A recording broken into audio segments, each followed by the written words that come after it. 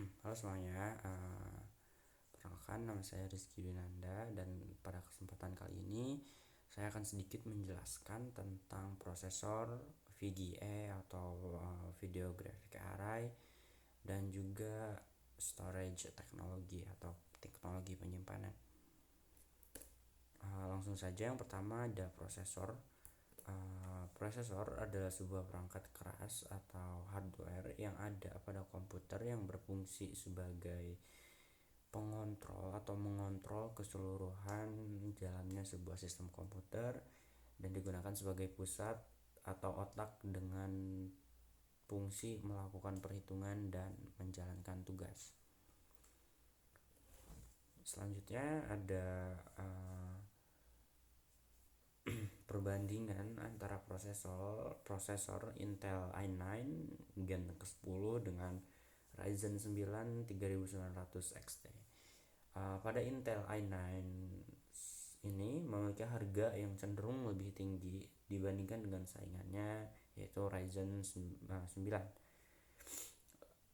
Intel ini sangat cocok untuk dimanfaatkan aplikasi yang menggunakan satu inti CPU atau single core. Beberapa fitur khusus yang dimiliki oleh Intel ini menjadi nilai tambah Intel sebagai prosesor. Dikarenakan beberapa software atau plugin terkadang memiliki kendala ketika menggunakan prosesor dari AMD.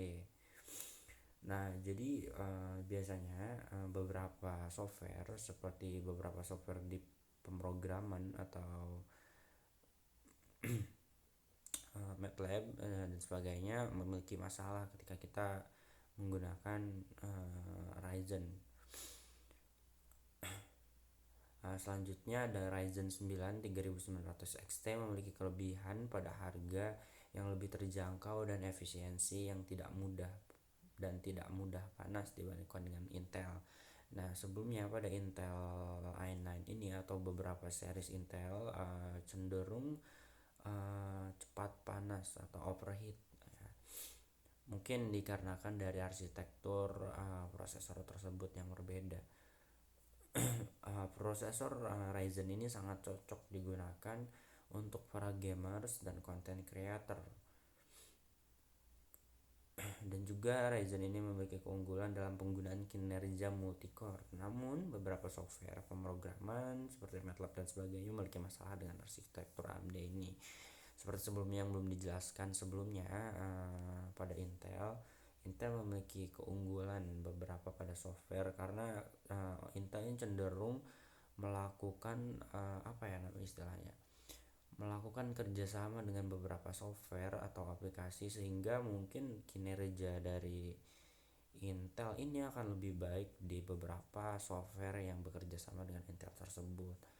Nah, jadi mungkin untuk teman-teman yang ingin mencari sebuah prosesor untuk pemrograman dan sebagainya, mungkin Intel mungkin cenderung lebih lebih oke dibandingkan dengan Ryzen ini. Dan juga buat teman-teman yang mungkin pekerjaannya seperti content creator, video editor atau foto editor segala macam, atau gamers yang menggunakan perangkat komputer, laptop atau sebagainya untuk bermain game ataupun streaming segala macam, mungkin Ryzen menjadi pilihan yang lebih baik dibandingkan Intel ya. Oke, selanjutnya saya akan menjelaskan sedikit lagi tentang VGA atau Video Graphic Array. Definisi dari VGA sendiri adalah standar antarmuka yang digunakan untuk menghubungkan kartu grafis atau graphic card ke perangkat lain komputer seperti monitor. VGA dipasarkan pertama kali oleh IBM pada tahun 1987. Selanjutnya saya akan sedikit membandingkan dua brand terkenal atau raksasa VGA, yaitu Nvidia dan AMD Radeon. Nah, kebetulan dua brand ini atau dua produsen VGA ini lumayan terkenal dari dulu karena mungkin sudah terbukti dari kebaikan dari kebagusan dari brandnya tersebut ya, dibandingkan dengan yang lainnya. Yang pertama adalah Nvidia. Nvidia merupakan salah satu produsen VGA yang terkenal dan banyak diminati oleh pengguna komputer. Dan Nvidia memiliki kinerja yang lebih konsisten dan inovatif dalam menghadirkan teknologi baru dibandingkan dengan AMD Radeon. Contoh dari teknologi baru tersebut adalah DLSS atau yang berhubungan sebuah fitur yang berhubungan dengan AI. Di balik itu, Nvidia mengkonsumsi daya listrik yang lebih tinggi dan cenderung mudah panas dan juga harga market yang lebih tinggi dibandingkan dengan pesaingnya yaitu AMD Radeon dengan spesifik yang kurang lebih sama. Nah, yang selanjutnya AMD Radeon merupakan kompetitor langsung dari Nvidia sebagai produsen VGA card. Karena seringnya dibandingkan kedua brand tersebut ketika membicarakan kedua VGA card. AMD Radeon seringkali menawarkan harga yang lebih terjangkau dibandingkan dengan Nvidia. AMD Radeon juga cenderung mengkonsumsi daya listrik lebih sedikit dibandingkan Nvidia. Namun AMD tidak kalah telak, namun kalah dalam hal inovasi dibandingkan Nvidia dan juga drivernya yang kurang konsisten. Walaupun setahu saya beberapa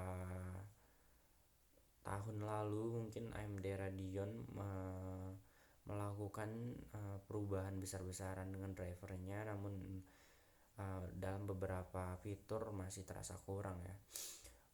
Untuk teman-teman yang mencari sebuah graphic card untuk gaming atau kebutuhan gaming, untuk para gamers mungkin menurut saya pribadi Nvidia lebih cocok dan condong ke para gamers ya, soalnya dari fitur gaming experience-nya saja sudah banyak yang lumayan membantu gitu untuk para gamers dibandingkan dengan AMD Radeon. Namun balik lagi untuk kepada non gamers atau lebih spesifikasinya kepada teman-teman yang mungkin menggunakan atau mencari graphic card untuk editing video atau kebutuhan content creator untuk membuat sebuah konten dan segala macam rendering ya, mungkin AMD Radeon cenderung lebih baik untuk digunakan untuk rendering atau untuk hal tersebut ya teman-teman. Selanjutnya di sini ada storage teknologi atau teknologi penyimpanan ya. Definisi dari penyimpanan itu sendiri mungkin ya kalian juga sudah tahu lah ya, penyimpanan untuk apa. Tentu saja untuk menyimpan sebuah barang kalau misalnya mungkin di kehidupan sehari-hari. Namun dalam konteks komputasi, penyimpanan sendiri itu berarti sebuah penyimpanan untuk menyimpan data ya teman-teman. Seperti yang bisa kalian lihat di sini, storage atau penyimpanan merupakan sebuah hardware atau perangkat keras pada sebuah perangkat digital seperti komputer, handphone dan lain-lain yang berfungsi sebagai tempat penyimpanan. Nah juga penyimpanan ini sendiri bersifat universal, tidak hanya pada komputer namun pada beberapa perangkat digital seperti handphone yang kita gunakan sekarang mempunyai RAM dan penyimpanan internal ya teman-teman. Di sini saya akan sedikit membandingkan jenis-jenis, bukan jenis sebenarnya, jenis-jenis bisa dibilang beberapa jenis dari penyimpanan tersebut. Di sini ada hard disk, SSD, SSHD dan juga Intel Optane ya teman-teman. Hard disk atau HDD merupakan memiliki kapasitas yang besar dengan harga yang terjangkau, namun penyimpanan ini memiliki kecepatan transfer rate atau read data yang lebih rendah dan rentan terhadap kerusakan fisik. Nah jika teman-teman misalnya nih teman-teman laptop teman-teman untuk sebagai contoh, laptop teman-teman menggunakan hard disk dan ketika teman-teman pergi dari rumah atau kosan ke kampus membawa laptop di belakang di tas gitu, ketika melewati jalan yang berlubang atau polisi tidur segala macam yang memiliki goncangan, hard disk rentan terkena damage atau kerusakan dengan hal ini karena adanya gerakan di dalam hard disk tersebut ya teman-teman. Jadi jika kita menggunakan laptop yang menggunakan hard disk, kita harus cenderung lebih memperhatikan dalam menjaganya ya teman-teman, jangan sampai jatuh atau sampai gimana gitu, terbanting yang cukup keras itu akan cenderung akan merusak. Selanjutnya di sini ada SSD. Nah, SSD memiliki kecepatan transfer yang jauh lebih cepat dibandingkan hard disk ataupun SSD dan diikuti oleh ketahanan goncangan fisik dan tidak seperti HDD sebelumnya ya teman-teman. Karena yang sistem penggunaan atau cara kerja SSD yang berbeda ini dengan hard disk sebelumnya, jadi untuk ketahanan fisik, ketahanan goncangan fisik seperti yang sebelumnya diceritakan, SSD lebih unggul dan tidak mudah rusak jika kita mengalami goncangan atau hentakan yang lumayan cukup keras ya teman-teman dibandingkan hard disk sebelumnya. Nah, selanjutnya di sini ada SSHD atau merupakan gabungan dari SSD dan HDD yang memiliki kinerja lebih cepat dibandingkan hard disk tentu saja, namun tidak lebih cepat dari SSD. Dan yang terakhir di sini adalah Intel Optane. Intel Optane memiliki kecepatan caching tinggi, namun tidak disarankan dipakai sebagai storage utama karena yang fungsinya untuk mempercepat atau transfer atau read data penyimpanan lainnya. Nah, untuk Intel Optane ini sendiri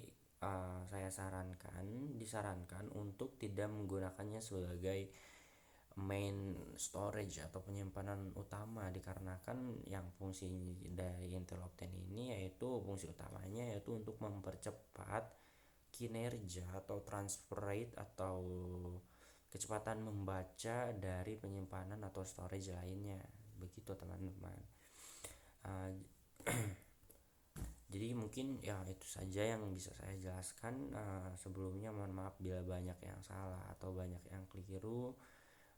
Saya harap saya bisa mendapatkan koreksi dari teman-teman sekalian semuanya, dan saya ucapkan terima kasih untuk waktu menontonnya segala macam. Semoga Tuhan selalu bersama kita dan ya terima kasih banyak teman-teman. God bless.